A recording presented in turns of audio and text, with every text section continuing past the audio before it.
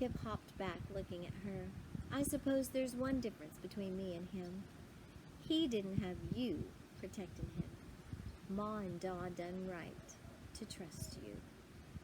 Molly pulled her mouth tight, not wanting to cry. Just you wait. There's time for me to kill us both yet. She mussed his hair and led him towards the wagon. She was surprised to feel his hand on her arm, using her for support as they went. The Windsors assembled on the drive to see Molly and Kip off. Master Windsor had loaded up the back of the wagon with several baskets of food, telling Molly that it was far more than his family could want. He also gave them blankets and some clothes. Molly accepted the offerings with a polite nod. But why do you have to leave? Penny said as they loaded up the last of their things. Her face was pinched and prickled with red, her fists clenched, an imitation of anger. Molly knelt down. Oh, Miss Penny, and she stroked the girl's hair. Her wiry black strands were softer and touched with an auburn hue that almost glowed in the sunlight. You're old enough to look after yourself now. Besides, Kip and me got our own road ahead of us.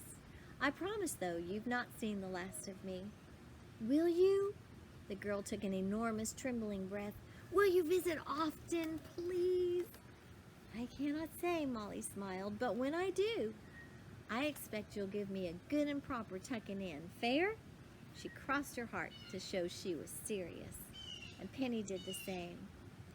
Fair.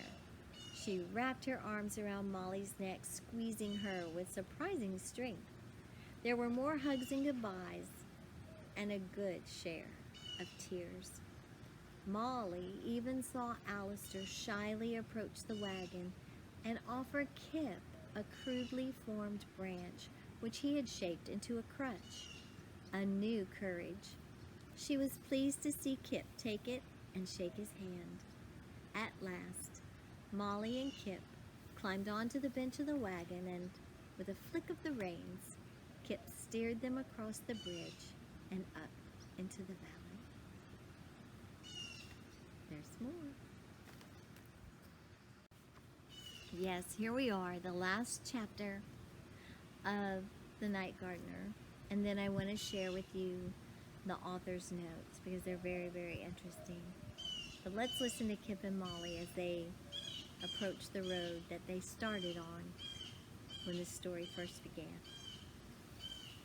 Molly and her brother rode in silence for some time, each of them mulling over all they had seen and experienced and what they were leaving behind. When they reached the crossroads, Kip pulled the reins, stopping the wagon.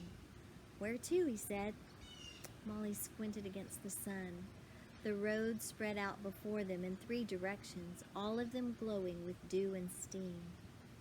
I got no idea. She slid a hand into her coat pocket and a smile played on the corners of her mouth. What is it? Kip said. Molly pulled her hand out, showing Kip the oilskin parcel that Hester had left them. It was very light and fit easily in the palm of her hand. She said it was something special, something we might want. Kip leaned close. Think we should open it? I think the time might be right. And Molly carefully removed the twine. She unfurled the oilskin, holding her hand underneath to catch whatever was inside. But nothing came out.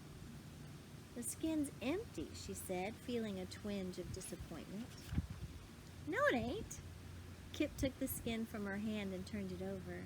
He spread it out on the bench between them, smoothing out the creases. The inside of the skin was marked with faded blue lines that ran together to make roads and rivers and mountains and seas. It's a map, Molly whispered. And look. Kip pointed to a place in the topmost corner where the land had been marked with a red dot. Do you think it's buried treasure? Molly shook her head. She ran her fingers over the skin, tracing the roads, and she recalled Hester's words. She had said she wasn't the settling down type. I think it's a home. How do you know that? Molly shrugged. She thought of the look in the woman's eye as she handed Molly this final offering. I just have a feeling, Molly said. A home, eh? Kip took the map, staring at the twisting little roads. It looks like an awfully long way, he said. We've little food and less money. Molly peered into the trees.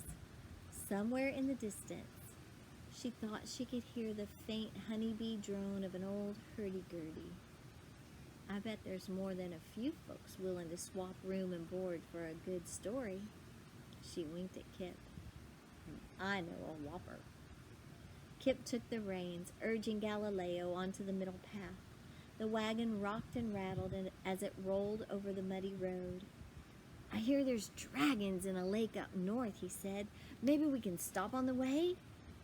Oh, they're a sight to behold. Molly put an arm around her brother. If we're lucky, maybe the flying ones will be out for summer. Molly and her brother swapped stories as their little wagon carried them out of the valley and into the warm light of the new day.